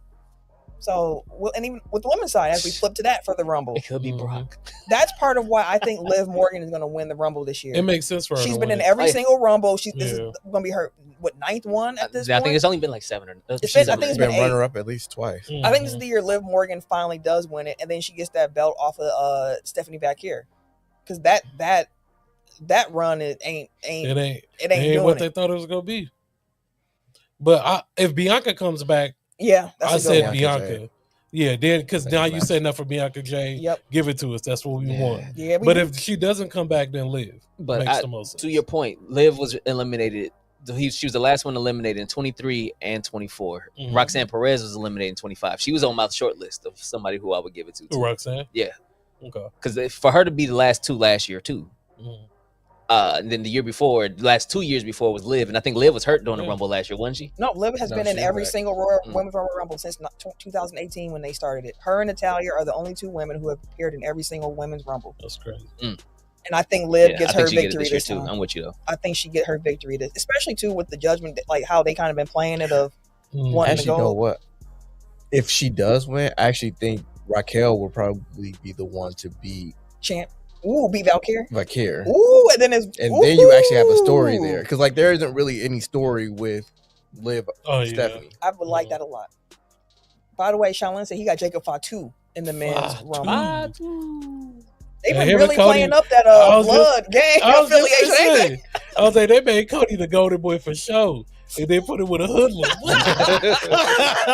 That nigga came out. He Hey. said, "I went from EBT to WWE." Hey, that nigga had security for that nigga fought too. He's a menace. boy. Jacob Fatu came back in that time. boy. I saw a tweet that said every Jacob Fatu promo is Kevin Hart. Oh, yeah, I One seen bed, no blanket, by myself. Women's Rumble should be good. I mean, the Rumbles both should be. Yeah, it should good. be entertaining. Then you got Gunther Gunta. against AJ Styles in a retirement match. So part of me wanted to go with AJ, but I know. So I said that because Shinsuke may have leaked the Rumble thing, and I've been talking about his retirement for I feel like a month now, and we know that he's been retiring cats, but I feel like if that's gonna be the case and he's not in the title picture at Mania, that it could be Gunther versus AJ at Mania for his last match as opposed to Rumble. Though I have Gunther here because I mean it looks all signs is pointing to this is it, Yeah. but I can also see it being not necessarily Mark Henry, but a closer to a Mark Henry pump fake where they think that he gonna lose and he actually win this match and then does it and be done at Mania. I think that AJ Styles comes out as a dude who doesn't want a long, drawn out Yeah, he probably goodbye. Like he just gonna vanish off into the sunset. Mhm. And he's been talking about retiring for a while for a now. minute, yeah. Like, so when he just said, "Hey, 2016 was my last year," I 2016. can tell you that. But like, given how often he's talked about retiring, I think it comes at the hands of Gunther to continue to add to that story. Like, I don't think they would have put this stipulation on it I said that too. if this wasn't going to be it for him at this time. And like I thought, like you, I'm like, is this kind of like the setup. setup for him to actually retire in Mania? But it actually makes more sense for him to retire at Royal Rumble because that's where he debuted, Correct. Yep. and it was 10 years ago. Correct. And that's what Sam said too. She was like, "That's It's what a perfect. It's a Let him perfect in there." bookmark. Yeah. I'm like, you right. It's a perfect bookmark for him. Okay. So we all going big Gunther. Yeah. Yeah. for the Also, win in like this I, one. He for can't- prediction's sake, I was like, I could, zig where y'all's at. That's how I really thought about it for a Try to second. go up in the record. But if we all wrong, then it's even. Yeah. If I go against my gut and I'm wrong, then I'm down one. So All right, Drew McIntyre versus Sami Zayn. We kind of already talked about this. Or Tim already said he got Sami for his one last bet. rest of us think it's gonna be Drew. Drewski. Why are you going Drew? Drew's a Ken? monster. Just because the run that he's on right now, they're going to give him a little more time because he deserves it. The last time they became champion, it was no people in the crowd. Champ with the crowd now. Yeah, so now it's like he can actually get his flowers. He can actually get the recognition that he deserves. So I feel like they're going to let him ride with it for a little bit longer. I don't think he'll have it. Maybe he might not have it going into Rumble, but he's going to have it going out of Royal Rumble, though. Yeah. I'm with you on that one. I think that it's Drew's run for right now. But I could see a situation where he loses the belt at Elimination Chamber. Like, somewhere in between Mania, I could see the belt coming off Drew, but I don't think it happens here. And I think, too, because the crowd is going to be so pro Sammy. Oh, how much it'll add to the heat for Drew to stand there victorious. Yeah. In that moment. He going to get all the heat. All the heat. We saw Drew losing his home country. I think the same thing about to happen to Sami Zayn. To get that heat on the opponent. Yeah, I already told y'all my plan. So, all right, one last thing before we get out of here. Well, two, because you got to blow the whistle. got two of them. Two blow the whistles. I just want to quick. say this. WWE starting their rollout for 2K26, the video game. Give it to me. Leaning very heavy on the Attitude Era They ain't nostalgia. wrong. So my question I have for you came from Noman when we were talking earlier today. What current superstars do you think would have thrived in the Attitude Era? Because we were talking about Drew McIntyre saying he would have been great back in the Attitude Era because, like, this version of Drew, not one-man band Drew. No, yeah, this one, yeah. But this version of Drew McIntyre would have been great. Seth would have worked. He definitely would have worked. Punk. Yeah, CM Punk Punk. was the Punk first one I would thought have of. fine. Yeah. I feel like Sammy would have Punk worked is, too, though, honestly. That's just Mick Foley. What about Kevin Owens? Kevin Owens would have worked. Yeah, Kevin Owens would have worked, You yeah. got the two. Like, I think all of, like, Seth, Sammy, Kevin Owens, like, I think all of them will work because we already saw it work. Because, like, they're their own people, but like I think their gimmicks are Attitude-ish. Transferable. Well, more so, like, I think that they were so inspired to By that wrestle era. by those guys that They go and work They would the fit right era. in. But like, I think Punk is like, he's like, so much of Attitude Era was just like being yourself, but like turning it up to 10. And like, I think Punk is that all the time. Like, Punk with no guardrails, with no PG, with just being able to say whatever he wants. Like, he would kill everybody. Oh, I can't imagine with him with absolutely no handrails in Attitude Era because they could do whatever. Like Attitude Era was just. It was wild. Hey, make a name for yourself, nigga. He would have. He would Make a name for yourself. Like, just imagine like the promos with Punk and Stone Cold. Like they could have. He would have went toe to toe. Him and The Rock would have been Toe talking. to toe. He already hated The Rock when he wasn't in his prime. He would have been on his ass, he boy. smoked The Rock in Yeah, that he promo did. battles. Yeah, that's what made me like really fuck with CM Punk after that. Like I didn't care that he was out here fucking with Jeff Hardy, but when he was like, because I love The Rock too. So when he was Dwayne, like when he used to say it, he hated that nigga. Boy. What do y'all think? John Cena would look like in the Attitude Era? I think he would have worked too. I think he'd have been Hogan. Attitude Adjustment would have still been the FU. It'd have been the FU for sure. It'd have stayed that motherfucker. I think with Cena is kind of like great basketball players where it's like it may not be the same, but like it works in any era. Like, because I just have faith that he would figure it out. Yeah. But like the gimmick definitely would not have worked. No, he would have had a different. I think he would have had to say word life, or it would have been the soldier part of it. Yeah, like just the that would have been actually a cold Cena gimmick, just that soldier without the black exploitation. That's where the Marine movies came from, wasn't it? I think it's the other way around. 12 rounds and shit. But yeah, I was like, I think there's a few people in this era that if you would have put them back then, it would have been fireworks and just beauty. But the top of the roster can only be so large before you start. Wait, one that I think that from the Attitude Era that would he have fit today? I seen the clip and the show said, I don't know what the fuck we was on. Gold Dust. Would he fit? He wouldn't have worked now. Today. No, Not you right can't now. do that gimmick now. You can't do that now.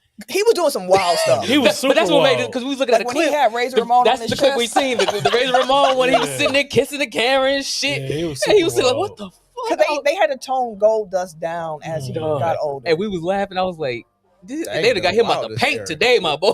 When he was like the artist formerly known as Gold Goldust. Dust. Like he was really out there. He was like in gimp suits and shit. But honestly, if they did Gold Dust He was today, gold, bro. he would have just been more like he was at the end of his WWE run, where he was more of just the comedy. gimmick. Or Yeah, kind of like with Tourette's Kit and Wilson. shit. Where That it's was kind of like that was funny. He couldn't get that off today either. He ain't got Tourette's. That was funny. That was funny. I Val mean, Venus. today, No. not getting his But that would have been I don't know. something. This hypersexualized world, they might have let Val the get his porn shit off. star? hello. My nigga was a porn star. They would have definitely. He'd have been an OnlyFans model, That man got his stuff chopped off in the a big promo. Val Boski. bro. He'd have had the WWE logo, blue and sky blue and white and shit The on his big Val towel. Boski. I do wonder how some of the comedy acts too would have translated. Like, give me Pretty Deadly in the Attitude Era Mhm. to be that. Oh, they'd been getting chased by mid-card- Goldust. No, they'd have been in the tag team. Like, just give me the humorous guys too. Like the people True. Oh yeah, R-Truth, hell yeah. are true. I mean, he was in there. All of it. All of it, boy. He was there for that, but Big Yeah. rapping. I think some of those dudes would have been like. I would have loved. Who was my boy who don't work there no more with the robe? You're welcome. Oh, Sandow, Damian Sandow. Give me a mid card Damian Sandow in the Attitude Era. I would say like WWE has uploaded like full Royal Rumble matches. Some of that stuff is not as good as you remember it at the moment. Like I think it was the '99 one, and just some of the gimmicks that came out. I'm like, ooh, this is Like doinking him. Doink was not past past that, 99. but like the before oddities and like the Oddities was trash. headbangers. Oh yeah, and the Raven. Raven was trash. No, Raven was Raven I was think Raven good. was dope. Yeah, Um, Raven was dope. like Brew was dope. the Yeah, it outlaw, was. not the outlaws, but the like the biker gang guys, like Biker gang guys. DOA. I don't know. They're part of like the gang. Oh, I know you're wars. talking about DOA. Yeah, I know you're talking. They rode the motorcycles. They had like the two twins, Mm. and then like Undertaker's cousin, and somebody else. I know I you're probably talking have to about. see him, and I'm Yeah. like, oh yeah, no. But yeah, I just wanted to throw that Or one like the out. Job Squad, which was Job funny, but like also Blue Meanie. The for real. Job. Oh, Hey, Blue Meanie was getting that shit. That Boy. is- Hey. come on, like, hey, Get that shit. hell, the He be out there house, though. jigging, boy. Like, what the fuck? one last one. I mean, we mentioned most of them already, but I would have loved to see the Shield in the Attitude Era. The Mm, the actual yeah. trio of them together Oh, wrecking stuff. Dean would have fit right. the Oh, fuck in Dean there. Ambrose would have been. He'd have been wilding, boy. Woo. What do we want? He would have been doing the stuff he doing in AEW now. Right. Back then, give me, stick this He into be my too, head. yeah, he be doing too. Him and much, Mick man. Foley would have been going Charlotte crazy. said A-Ball and Chains. Oh, that was okay. Yeah. Hey, I mean, the title alone tells you what you need to know. All right, let's get these blow the whistles, and then let's get up out of here. What you got, E? I guess we're not doing a soundbite. Okay. Cue me in. Blow the whistle. Blow the whistle. It's been a minute since we did this. I actually do have two of them today that just came to my attention like an hour or two before we started recording.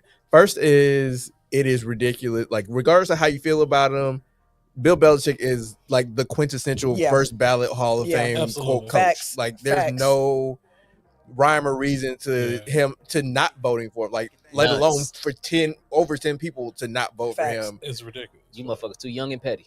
Like even if you wanted to talk about Spygate, Deflategate, him dating that teenager or whatever she is now, like none of that has to do with the fact that he eight? No, she's like 6 20, Super Bowls. 22, 23, something like that. He won 6. Although Like he might have 40 met years, he yeah. might have met her when she was a teenager, allegedly. But yeah, I don't know how many Super Bowl championships. Like he coached the dynasty. Like if he's For not real. a first ballot Hall of Fame coach, who the fuck is? God damn, he wildin'. Yeah, no, he definitely a first ballot. Like that's a Yeah. no-brainer for sure. Yeah, Yeah. I don't know how. Like he when you wasn't. think of football, you think of coaches. Like you think of him. Yeah. Like, Truly. he's the very first name across every sport. Mhm. If you're talking about coaching, you think of Bill Belichick. Belichick and Popovich. Yeah. Mm. Yeah. Oh, I So mean, it's like, My mind goes to Madden first still for football, just because the video Yeah. game became Yeah. so entrenched in the daily Mhm. life. but to clarify, yes, it was 8 total because he got 2 as a coordinator with the Giants. But you got the 6 with like just if you take those 2 away, the 6 with the Patriots should be more than That's a fucking enough. enough. That's enough. 6. 6, well. And that's not This good cat enough for a first struggling. ballot? Aaron Rodgers considered one of the best quarterbacks of all time. He got 1. If Bill Belichick isn't a first ballot Hall of Fame coach, there are no There first are ballot That's Yeah. Hall a of fact. Fame coach. Harbaugh ass gonna get in there first time. Immediately. Both of them. pick your choice. Right. Both of them. But no, I agree with you on that. That's egregious. Yeah. The other one, I saw a clip of Reggie Miller on the Dan Patrick Show, and like I get it, nostalgia is a hell of a drug, It sure is. and you want to hype people up, especially people that you like, that you feel like are underrated. But this man said that there was a 6 to 8 year period that Derrick Rose was neck and neck with LeBron James for the best player in the league. He 6 said how to many 8? years? 6 to 8. That's a long crazy. That's a time. long time. I'll That's give you almost a decade. I'll give you a year or two, I don't even know if it like. A year or two. and that's even Was debatable. it the year that Yeah. they I was don't. in The the year final? he won the MVP, Yeah. I think there were a lot of people that were just mad at LeBron and they They wanted to have give it to voter anybody fatigue, yeah. else. So, like, if you want to say that there was a 4 or 5 year period where Steph Curry was arguably the best player in the league, I'll give you that. If you want to say there was a 5 and 6 to 8 year period where Kevin Durant might have been the best player in the league, sure. Those are the only two that I think ever approached like LeBron in his prime. How many years? But there's no need 6 for that though. to Yeah. 8. Like D the- Rose is who he is alone. Yeah. Like you don't gotta throw sauce on it. Like of course Chicago loves fucking D Rose. Yeah. Like you don't have to throw no extra sauce on it. Let's just put on here, just so we all clear. 6 to 8 years is crazy. Derrick Rose played for Chicago for 7 of them. Yeah. He was hurt. And he was hurt for 2 He was of hurt them. too. Correct. He played 39 games in 10 for 2 of them. 6 to 8 years. He said 6 to 8 We'll years. give you one. Like bro. I saw the caption, He I'm threw like, hella sauce maybe on it. they just misquoted. I watched the video. The man said 6 to 8. 2010, 2011 is the year I give you. Look, it's That's his only, MVP. It's That's only a MVP. few years where you can debate it. Yeah. That's it. And How I many love D-Rose. All-Stars does he even have? Like 3? Yeah. Shit. I love D Rose. He's one of your favorites. He's my second favorite player of all time, fam. Like I love D Rose, but you don't gotta 6 to you don't gotta 8 throw the years? sauce on it like that, fam. That's why no one believe old heads when Yeah, old like heads no, talk you just no more. talking out your ass. You're making it harder for us all out here. It's talking getting outside of your neck. 3-time All-Star. That's Mm. right. 2010, 2011, 2012. Is And that he was hurt for one of them. And again, if you want to argue, like, I'll give you 1 or 2 years if you want to say it. But Have the LeBron debate. James, because he got hurt halfway through the 2011 But season. let us 11, not 12. forget. Let us not forget He was all NBA first team one time. 2010, 2011. his Yeah, MVP his season. MVP season. MVP. That's it. LeBron That's like, I give James. you 1 year. That's Outside the of only that, he year was that you growing, could argue that he was a top 5 player. and then he was hurt. Let's. And that's no shade, Derrick Rose. Like I'm not trying to stop. No. Like, that's why the blow whistles on Reggie Miller, because like to your point, it's like it's why people don't trust old Yeah. heads when they're talking about people from back in the day before you can see it. Because it's like, okay, you were there.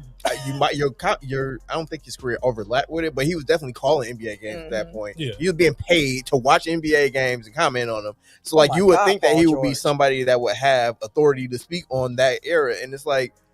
I was there and you lying. Like you just flat out lying. I was Like, there and you lied. I was there. You lying. Okay, True so- for it What is. the hell? Reggie Miller stopped playing in 04-05. okay, so they didn't overlap. I didn't think they did, but like you said, he was watching and calling the games and whatnot. Like, that's crazy.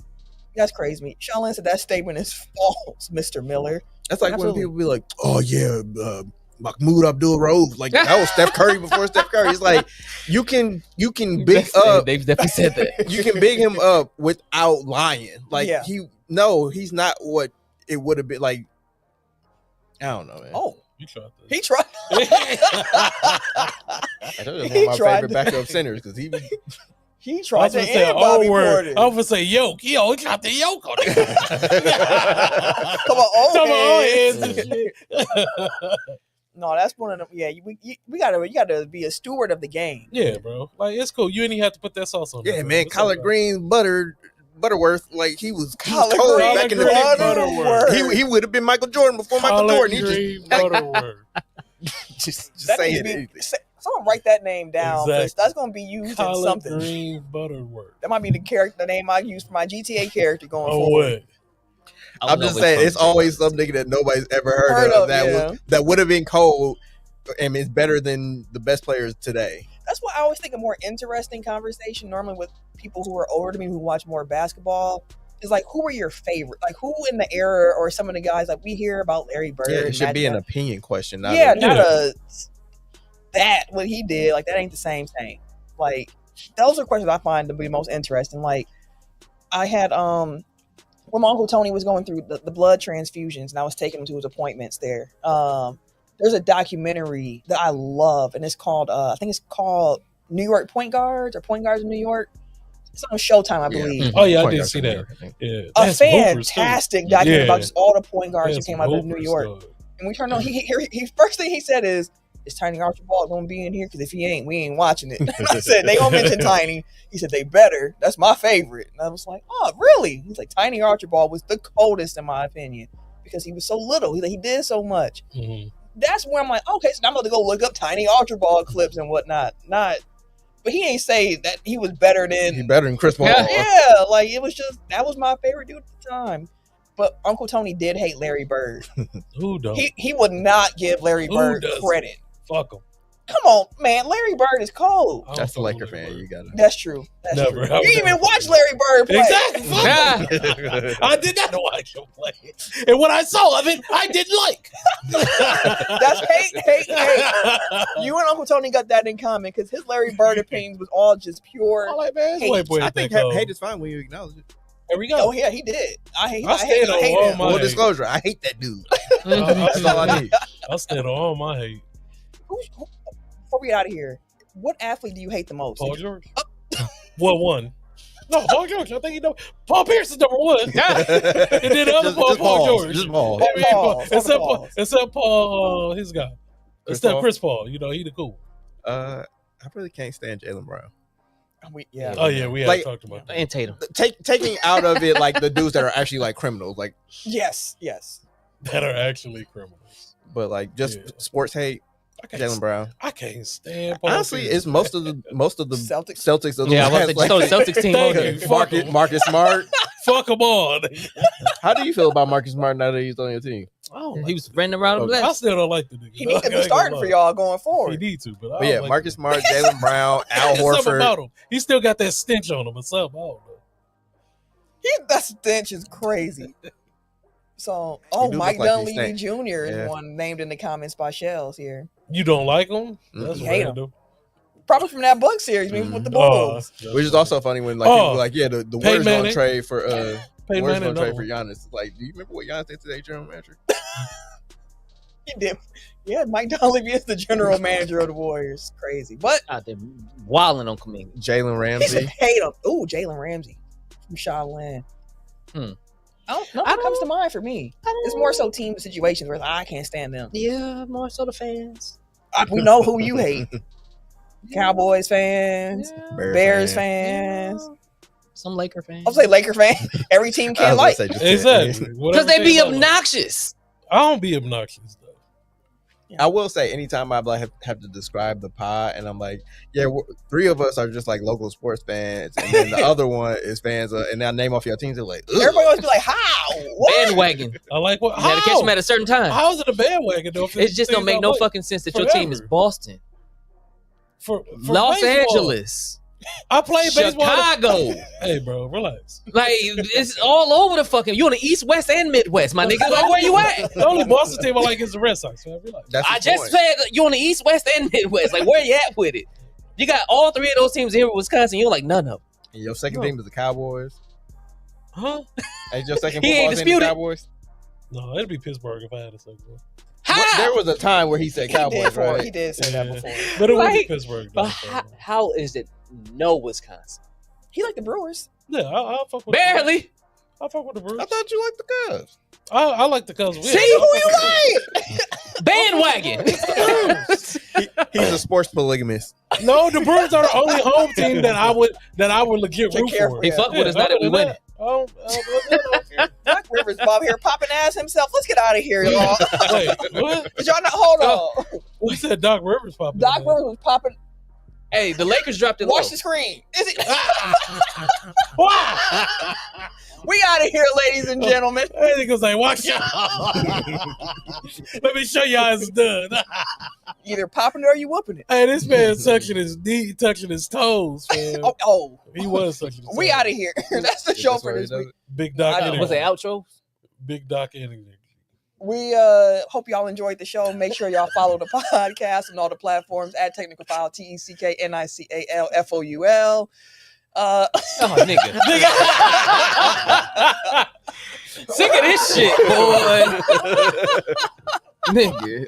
Oh, You man. got your whole back to the damn game. court. Why is your back facing the court? Hands on the knees. I mean, this coaching, my man hands really Why you working for Smo?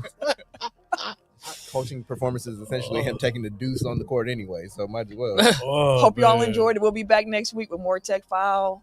Follow me individually if you like to at Camille Monet, CamilleMonae on Twitter, Instagram, Blue Sky. Yeah. Don't follow me, but join the pool. Yeah, and follow the pod. The pool. Everyday_gentleman on Instagram, KHarris216, Twitter, Snapchat, and Blue Sky. And it's your boy TIMKINZ, I the missed number the 3, last aka Ass Ketchum, aka Mr. Give It To Me. We talking about popping ass, the goddamn Lakers squad, the whole squad, boy. They over there jigging. And then they dropped the ball, came down, so they had to drop that shit with the ball in unison. Hey, bro, relax. In man. unison. Relax. They all man. dropped ass together. The world's shaking ass out here today. I don't know what the fuck They is wasn't up. dropping ass. They was stretching. See, I be wanting to send shit to the chat, but I'm like, I want to seem like I'm hating, but y'all doing it. Stretching what, my guy? Yeah, man. You gotta get That ass. gotta get your gate right, bro. The whole team, bro, at the same time. Ha! Stretching anus. Like, what y'all doing? We out, y'all. Tech File. That's Niggas can't celebrate. Let's just play that. Y'all was warming up. You want to pop? You want to do the same thing? Well, yeah, we can do that. Hell no. That's the way it every. That's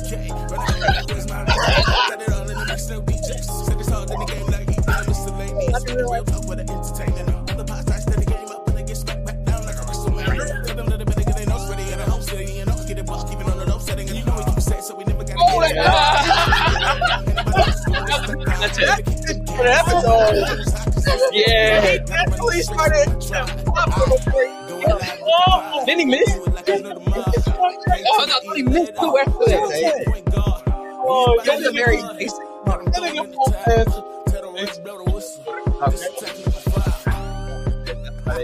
Bengals wanted to kill New Antonio Tech Brown. File. Like, he was just on the field shaking ass.